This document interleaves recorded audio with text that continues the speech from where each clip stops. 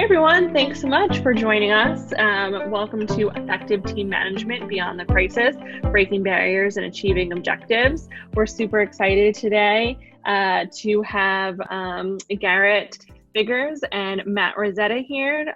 Just a few little housekeeping things. We will have a Q&A at the end. We'll also be open to email if you have any additional questions and want to shoot a note. We'll share an email address where we can be reached as well. And happy to always share the slides from today's presentation as well. So with that, we will get right into it. As I said, super excited for today's guests. We have Garrett Viggers, who is the co-founder and VP of Innovation and Product Evangelist at Limelight Health. And then we have Matt Rizzetta, N6A founder and CEO and author of Embrace the Pace. Two fantastic founders and leaders here to talk to us about this super important and relevant topic. So Garrett and Matt, thanks so much for being here. Well, thanks very much, Garrett. Great to see you. Yeah, likewise. So Garrett, thanks for being here. First off, for everyone who's watching out there, we hope you're staying safe. We hope you're doing well in this environment.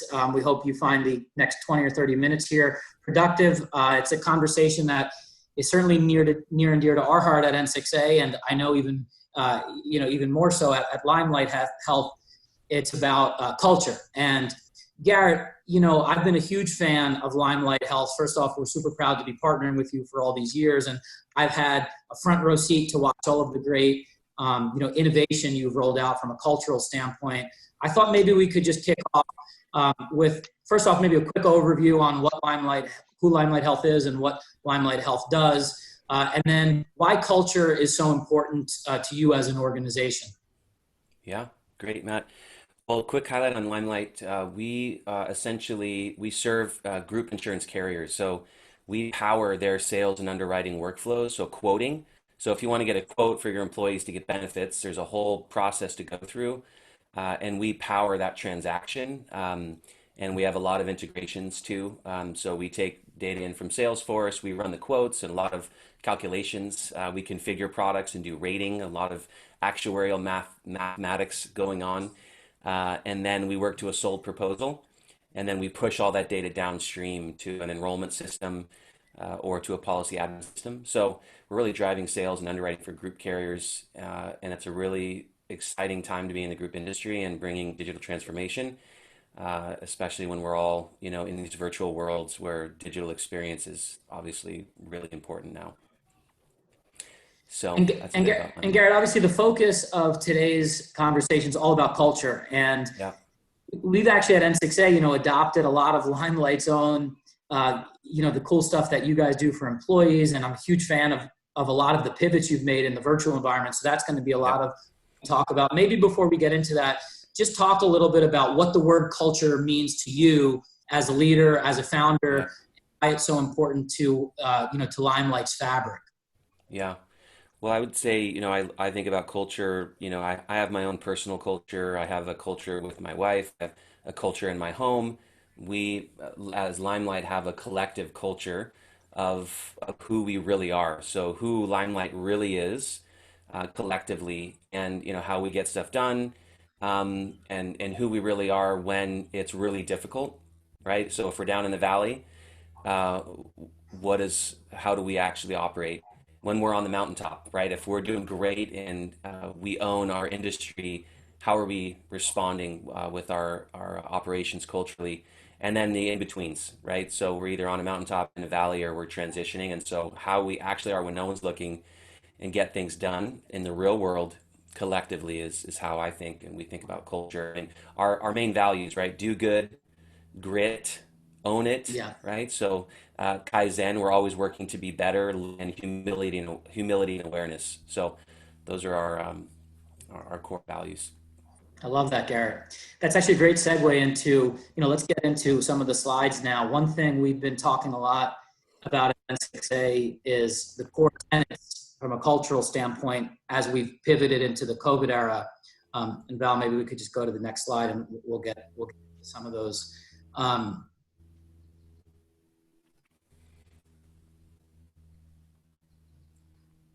Hey Val, I think my screen is frozen here. Oh, there we go. Okay. So, A couple things, from a cultural standpoint, we've been studying a lot of this, Garrett, and I just wanted to go over some data points that we found to be particularly relevant in this environment, and then maybe just get your reaction to some of these. According to MIT Sloan, trust and actions are the most important traits that employees are looking for from their leadership during COVID. Over 90% of employees agree that it's critical, whether it's founder, CEO, president, whoever the company leadership is, to show resiliency during COVID. And Korn Ferry, we talked a lot offline about and I know we're going to talk a lot about the word empathy. Well, according to Korn Ferry, leaders really want to feel as if they're in the same boat as leadership, where I think that sort of underscores the importance of empathy in this environment. So I guess I'm just curious to get your reaction to some of these data points, and has it been your experience as well in terms of what some of these data points underscore at Limelight?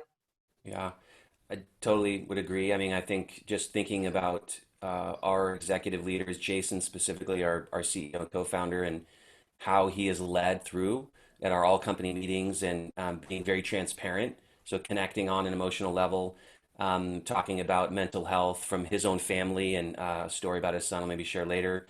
A lot of transparency, which is needed from a leader perspective, and they want to see it demonstrated from the top down.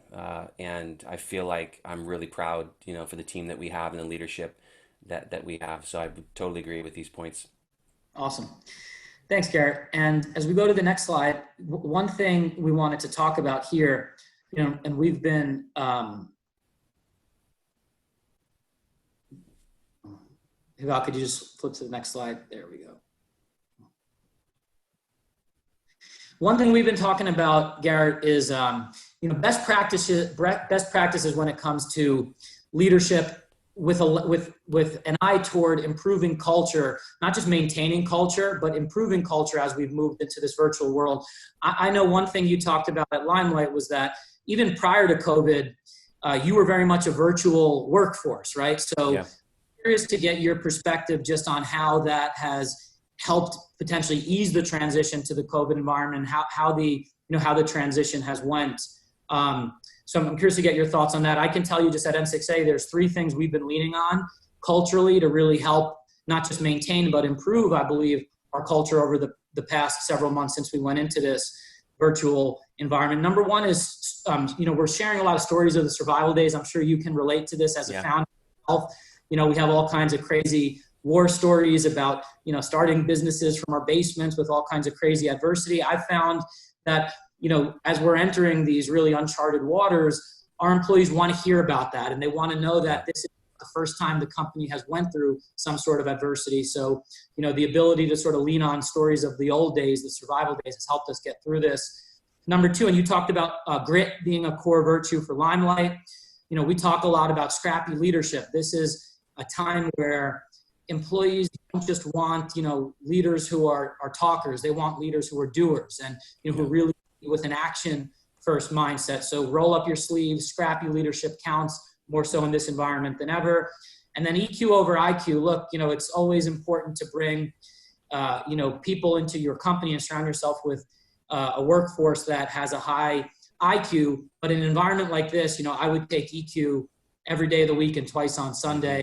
Employees, people really need relatability. They need to feel like they're in the same boat as leadership, and leadership is in the same boat, and it's one, as subordinates, and it's one team working, toward one dream. So I'm just curious to kind of get your reaction to these 3 best practices, and then also just talk a little bit about what some of the things you guys are doing at Limelight that have helped you improve your culture in this environment. Yeah. Well, I mean, if I think about some of the stories of the survival days from a leadership perspective, and how it's helped build our culture and our company, we're somewhat of a musical entity at Limelight, just kind of somewhat not required. I mean, I'm very musical, and we started out in the old days playing music. In the hard times, we would play music, to get through. And I couldn't push code, so kind of tying in the scrappy leadership. And I was a doer in many ways, shoulder to shoulder. But when I couldn't do, I would be there with our team. So I'd play music. And that kind of became an anthem for us. I, the Tiger, specific song we'd sing over new employees. We have all company meetings where, folks would be invited to play music in a very safe place. But when we were facing burnout, music became medicine for us to connect on a level to get through the hard times. And that was a big deal for us. And EQ over IQ, I mean, the fact of how important our moods are, I'm just calling that out. The moods matter. How we make people feel is a big deal. And I've grown over the years at this. I'm very much an emotional leader and very passionate leader. So how we are doing really is going to affect everybody. And the self-awareness to understand that our mood matters and that how it makes people feel for the good or the ill is really critical from a leadership perspective. Yeah. I love one thing I'll never forget you told me, Garrett, was you said in many respects, music is medicine, right? And you've sort of leaned on that as a core tenet of yours. And by the way, I'm a big fan of the Friday live concert. So I definitely highly recommend anyone in the audience go check out Limelight's Friday. Although, are you still doing the Friday series or? We're going to have one coming up in July. We did 3, Okay. and we're going to have one coming up in July. Awesome. The best rendition of Eye of the Tiger I've ever heard. And I'm not saying that for a client. Thanks, man. Awesome. So Val, let's go to the next slide here. We'll talk about one thing I think is an important part of the conversation is not only talking about leadership setting the right tone for the organizational culture, but just how the whole company can come together, galvanize, and in order to improve the overall experience and culture for everybody in the company. And number one, what we're doing at N6A, and I'm curious to get your thoughts because you mentioned, Garrett, Limelight was very much a virtual workforce even before COVID started. Mm-hmm. At N6A, we really take a lot of pride in our in-office experience for our employees. You come here and there's a certain vibrance and energy and there's music playing and our in-office experience really takes on the personality of our culture. We've tried to do as good a job as possible at recreating that in-office experience in this virtual world that we're working in now. So everything from recreating staff meetings to weekly team lunches to a lot of mixers and signature events that we're doing now in this virtual world have been really important to us. So I'm curious to just kind of get your thoughts on that. Just being that Limelight, even before COVID started, was so attuned to working in this virtual setting. How have you kind of balanced that between working virtually, but also doing it in a way where the in-office experience for employees has been recreated in a positive manner? Yeah. Well, being fully remote at the same time, we've had the 3 offices. So we've kind of lived in both worlds. We've got a San Francisco headquarter office, a Redding, which is Redding, California, where I'm at, 3 hours north or so of San Francisco, and then Des Moines. So, in those 3 offices, and I'd say in Redding is where I've been the whole time. We have created this in-office experience at the same time at large. We're remote. So, again, for us, it was back to the music, right? There was live music in our actual offices, but then we would share that in the all company. For years, we've done that. The transition, right, for recreating that was part of how we led into the virtual concert because it was really a way for us to, how can we keep that vibe that we had, whether we're in office some or virtually. Another thing is, we're very much approachable from the top down. So in the offices in San Francisco, being able to connect with anybody in the organization is obviously a big deal to us, and no hierarchy there. So for me personally, being able to stop by and encourage someone in their office was a big deal always for me when I was in the San Francisco office or the Des Moines, or I'd be traveling around. But I've really tried and encouraged to try to encourage virtually, with Slack and just random encouragement. Like you can't pop in their office, but you can randomly, drop a little encouraging word to someone and just make them feel special because they are, and know that you're thinking about them, right? So I feel like those are little ways to recreate a random encouraging drop by in person for those of us that are in our offices. Yeah, I love that. And maybe just on that note, maybe you could talk to the audience a little bit about one thing you and I talked offline about was, I believe when this all started, you actually met the family members, right, of all of your employees on Zoom. And, you even mentioned that this environment has created an opportunity for you literally to come into the households of your employees and create more of a direct connection. Can you just maybe talk a little bit about that experience so far? So I would say on the galvanizing, our culture, that for sure has been a highlight. I mean, we've done a handful of things. First of all, we'll just say that, our kids have pretty much we've leaned into the chaos and leaned in to home life and kids at home, and kids on laps. And I mean, that's just been a part, not only internally, but it's even happening with external and other, folks and carriers that we meet with. And that's okay because that's just the real world. So it feels very much like we're being welcomed into another level of connection with our employees and with our even our customers. We had all of the kids came and were into an all company meeting. We met all of them. It was the highlight of all hands company meetings in 6 7 years of Limelight. And then since then, our virtual concerts, they've actually all their kids, and we'll kind of go through the videos, and you can see all the kids sitting on the employees, couch, and they're watching our music, and it's just this amazing experience where we're connecting with kids, they're kids of our employees, and that's definitely very galvanizing. What's the response been, Garrett, from the employees to that experience and activity so far? I mean, from what we've heard, the feedback has been incredibly positive. I mean, people are getting emotional and weepy, and similar to me, not just me saying this is definitely the highlight. We've got lots of folks that are, I think it's just touching something, inside of us when we're actually connecting with our kids on this journey, this kind of chaotic journey that we're in for this season. Yeah, I love that, and I applaud you guys for doing that. Thanks, man.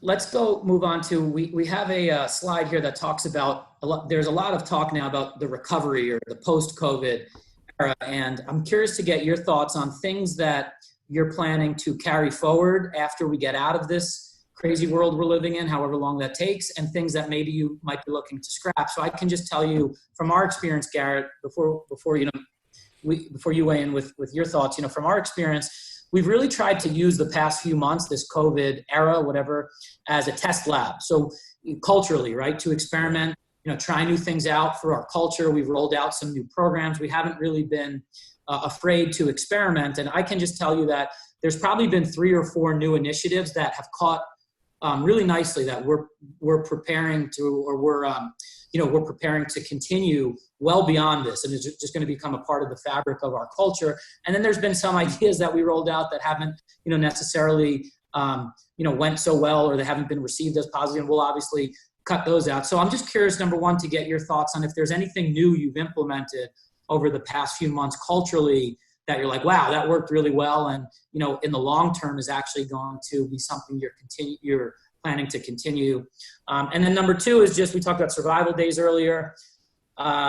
There's been sort of a time compression component in COVID. Like everything is more urgent and it's, shorter term, which also then to your can create some level of anxiety, which needs to be offset with, health and wellness, and making sure that you're implementing programs to help your employees kind of get through this as healthy as possible. What we're doing is we're trying to maintain all of the good things that are coming out of these new survival days and make sure that stays with us. All the, hour meetings that were taking an hour before COVID that are now taking 15 minutes, and we're still getting the same productivity, things like that. Yeah. We're planning to continue. So I'm just curious to kind of get your reaction to both of those points and see if it's been a similar experience over at Limelight. So I think, it's probably not a ton of, new things that haven't existed, but a lot of leaning into what we've already been doing. And, communication for us. So we're always communicating, of course, but the way we've leaned into communication, the way we've leaned into the transparency of communication, and in light of the fact, so like, it's not just remote. We're not just doing remote work. We're doing remote work in the midst of a pandemic. Right? So it's not like, hey, we're just got a remote culture. No, it's remote culture with kids home and all sorts of crazy stuff happening. So understanding that requires us leaning into how we communicate in light of this time. I mean, there's been obviously a big communication push and around our mental health, taking mental health breaks, take a day off if you need to take hours, to relieve your spouse or partner with kids. I mean, those are all things Jason, shared very openly, Jason Andrew, our CEO, about mental health struggles, even within his family line. And his son wrote a song about mental health, and he played it in our virtual concert. I mean, it was this rap song, amazing. And I've known Wesley he's 18 now. After that, someone watched our virtual concert, and the folks from InsurTech Connect, the largest InsurTech Sure. conference on the planet, right? And they had an HR Transform event, and they invited him to come sing the Wow. song about mental health and Wow. his struggle with mental health, an 18-year-old. So that whole leaning in of communication and again, the virtual concerts where that all happened. So that we did that in our test lab of, hey, we're all at home, we're going to do a virtual concert.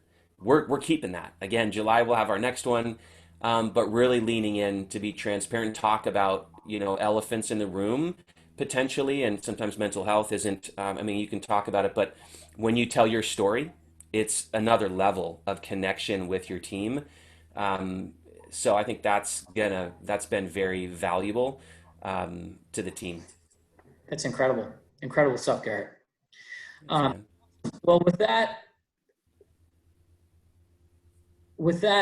Garrett, first off, this has been an amazing conversation. You know the amount of respect and admiration I have for Limelight, not just in terms of how you guys operate, but the values you have and the priority you place on employees and the way you treat employees and the level of innovation you've brought to the industry. So thank you for being here. This conversation has been incredible. I'm sure we have some questions from the audience, so Val, I'll turn the mic over to you, and we're happy to weigh in with any questions. Great. Thank you so much to you both. One question stems from the idea, Garrett, you mentioned this, I think it was a founding principle around own it, but also as, founders in leadership position, balancing the line between transparency and owning it, especially during a time of either personal struggle or adversity for the company, and how you kind of, how you find that balance between transparency, but also owning it and still being a leader with a united front. Sure. Garrett, you want to take a stab at that one, or? Yeah, I mean, I think for us owning it, it means a handful of things, right? It means owning our own actions. It means owning our responsibility, but not siloing ourselves from the overall own it as a company. So we're really supportive cross teams, from product to delivery or to sales. And then finding the balance of transparency, I'd say in this time, being as transparent as we can, at the same time, understanding that there's a fine line and a balance. I think with transparency from a leadership perspective, to lead well and make sure that we're again being transparent and understanding that our emotions and our moods matter and how we're sharing transparently as we own whatever it is that we need to own in our respective roles in our teams. Yeah, I agree. I totally agree with that. And I would just add, just in our own experience, and I know it's been similar for you folks over at Limelight. Look, we have such great teams. Our employees, they're so smart, they're so switched on, they love working for the companies, respective companies. And when you have great people working for you, they can handle, Yeah. transparency. And they're craving transparency. So we made sort of a no propaganda commitment early in this whole process. And, every day, every week, every month, whatever it is, depending on, the levels, at which we're meeting, we're just shooting people straight. And we're saying, look, this is the reality for the company. We have your back. We're here to help us get out of this, but we're not going to sugarcoat anything. And I can just, from our standpoint, 3 or 4 months into this COVID era, that's been really well received. And it's been very humbling, in many respects, because it shows you the amount of pride that people have in working for the company. And if you're transparent with them, they want to be transparent back, all working toward the same, common goal. So for me, just running our company, Garrett, that's been one of the most refreshing things that's come out of this, is that, you see that transparency is not just well received, but it's, but it has galvanized the company in a way that it never did before we got into this whole COVID era. Yeah. And let me just play on that. I had one all company meeting a few weeks ago. We were, I would say, extremely transparent. And countless, once we always embrace the awkward pause when we're on with an all company, and you're all virtual. So the awkward Sure. pause to get to the real questions or the real concerns, or and a lot of the feedback was, thank you for sharing openly and trusting us that we can handle this. Like, it definitely, like to your point, very much embraced the transparency and as adults, we're able to navigate this and be, together in owning it collectively as a team. So I definitely would echo that. Yeah. And the good thing the best thing you have at Limelight is that you need to have built a foundation of trust for that to work, because all of that is predicated on your employees trusting that leadership and the company is going to live and die by its values, and they have their backs, right? Yeah. So so that's why I applaud you guys. There's a lot of companies that can't do that right now because there wasn't a foundation of trust. Right. Way before COVID started. Yeah. When you've built that foundation of trust, you can be transparent with them and they know that you genuinely have their back. That's true. I mean, without that foundation, transparency is, it's more like strategy. Yes. Yeah, that's right. Peter Drucker's like culture eats strategy for breakfast, where if you don't, can't be a strategy to be transparent. It's got to be the culture. Agreed. Awesome. All right, we have two more questions. The first is just as fathers and business leaders, founders, how have you found, and you talked a little bit about this balance between parenthood during the crisis, and how do you anticipate that transition kind of back post-crisis? Sure. I guess I could take a stab at that, and then Garrett, I'll toss it over to you. Just from my standpoint, I think all of this is intertwined. I find in this environment, first off, the silver lining in all of this for all of us has been we've been able to spend more time with our loved ones. I'm having breakfast with my 3 girls every day and putting them to bed every night. We're having dinner together.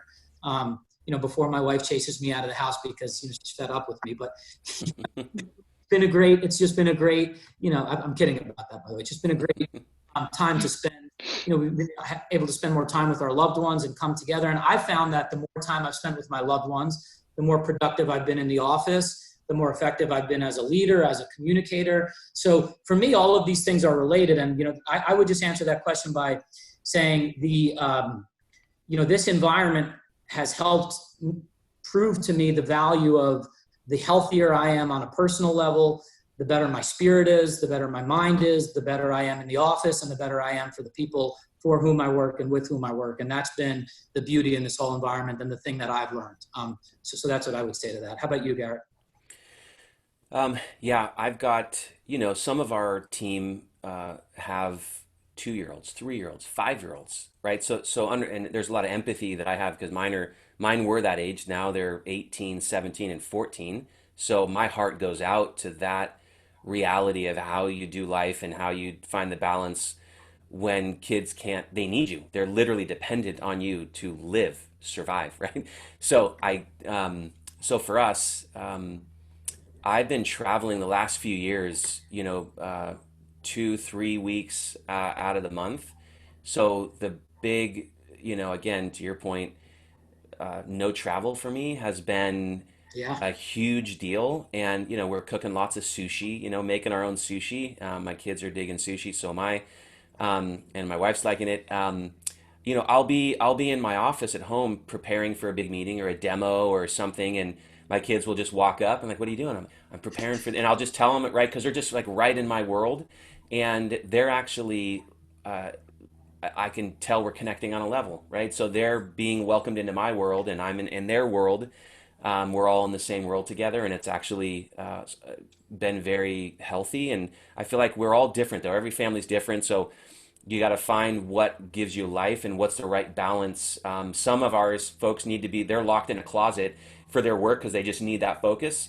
Where I'm more out in the open in my home. My kids are older, so they can come around. They'll walk in. It's different than for kids that are younger, trying to find that balance of how do you do work and life and balance at home. Right. So. Yeah. By the way, Garrett, with 14, 17, and 18-year-old at home, I'm sure you have stresses of a whole other kind. There's another level. They don't want to be quarantined. 2 of them have licenses and all sorts of stuff. Awesome. Great. So then the last question is around, and this was on one of the earlier slides, kind of the custom COVID KPIs and the need to be flexible and the need for flexibility. So just thinking through, flexible schedules and, balancing maybe decreased outputs because as a result of that, how do you balance that towards the needs of the company? Sure. I can take the KPI piece, and then Garrett, I'll hand it over to you Yep. for your thoughts. Look, I can just say we've always been a very kind of data-oriented company, so that KPIs come in. And one thing we wanted to do going into this was that we had to blow up a lot of our KPIs because they were no longer relevant in this COVID environment. So, for example, our whole sales strategy shifted, right? Because the needs of the customer and the pipeline and all that stuff just totally got flipped upside down. So, sales KPIs pre-COVID and post-COVID totally different.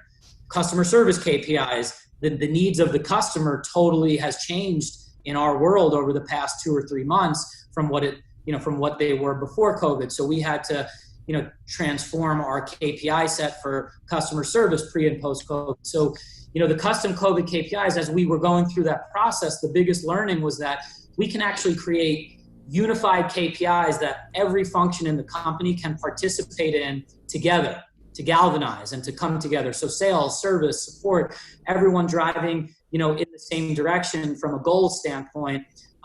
We found that to be one of the best learnings in this COVID era is that we used to, I used to look at sales, service, and support as silos and the functions totally, disparately. In this environment, we've been able to sort of integrate those units and those departments in unison and create goals that all of them can contribute to and can be rewarded for. So that has been one of the benefits of the realities of the current environment, and it's actually improved our culture. So now, instead of operating as 3, disparate units, we're really operating as one with common goals, everyone pulling in the same direction, not only to get us out of this, but also to get us out of this healthier and stronger than we went into it. So that's kind of been our experience, Garrett, on that side.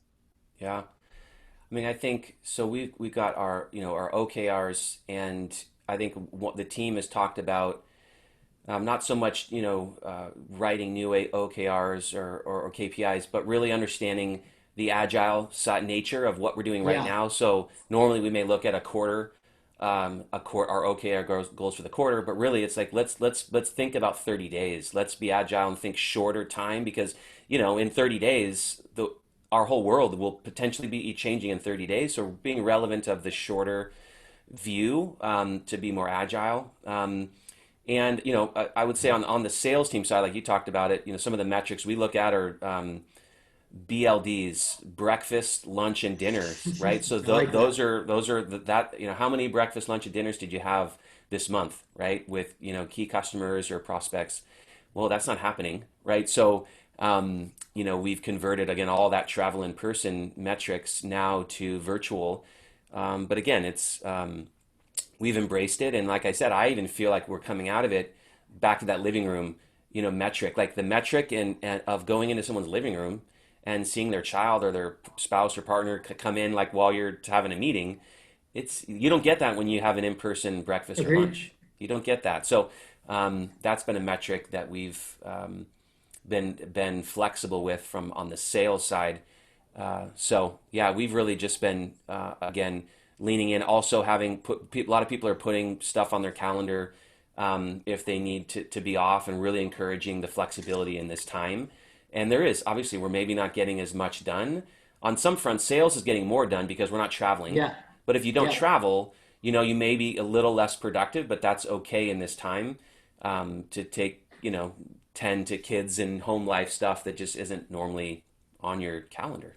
Yeah, no, totally. I totally agree with that. In fact, just before we wrap up here, going back to your OKR point, that reminds me, we like the whole mindset, right, has shifted both on the service and the sales side. And as a result, so like you talk about conversions and you talk about, things that are much more outcome oriented in the pre-COVID era, they're no longer, in some cases, they no longer apply. So we developed this motto a few weeks into COVID where kudos are currency.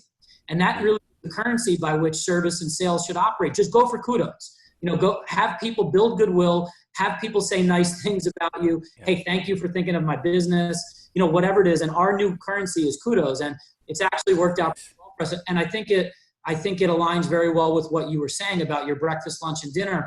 Like, forget about, KPI sometimes can be like a 4-letter word. Mm-hmm. 4-letter word if you're helping the customer or you're helping the prospect. And this environment has created an opportunity for you to help those people more than ever before. So I just think it needs to be aligned properly. I agree. Totally agree. Yeah. Awesome. Great. That is all the questions. I found this super interesting. Always fantastic to hear from the both of you. Great conversation. So thank you so much for taking the time. And to anybody that sees that, if you have any follow-up questions, you can reach out to Danielle Montana. Her email is here. And thanks all so much for, to Garrett and Matt for taking the time, and for everybody who tuned in to listen.